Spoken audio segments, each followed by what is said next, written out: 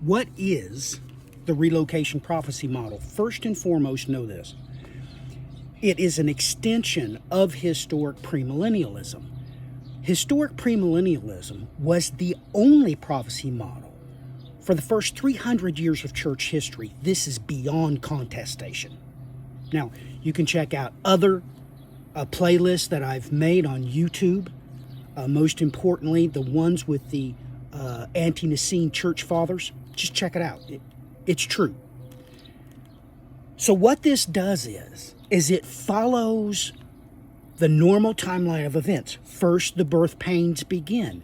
That is seals 1 through 4.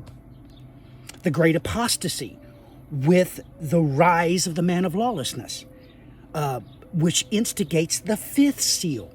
What ends the birth pains is the 6th seal event, the great day of the Lord, as described in 1 Thessalonians chapter 5. You see, 1 Thessalonians chapter 5 states that the great day of the Lord comes first, and then after a period of time, the return of Christ. And you get from point A to point B because God entirely sanctifies your body, mind, and spirit.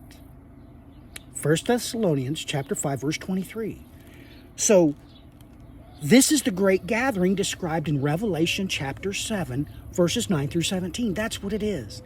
It's a relocation by the angels to this place where the pillar of the presence has been established. That's where you're going to be for 1,260 days of the tribulation until the return of Christ. So, the Great Tribulation begins at the first trumpet. That's when it begins, the first trumpet. At the end of the tribulation comes, of course, the Battle of Armageddon and the return of Christ. That's how it happens. Now, at that point, the return of Christ, that's when the rapture happens. The rapture happens at the first resurrection, as the Bible always states. So, this corrects all of the concerns people have with what's going to happen in the end times. You are going to be relocated. Yes, you're going to go through the birth pains. That's the first 5 seals.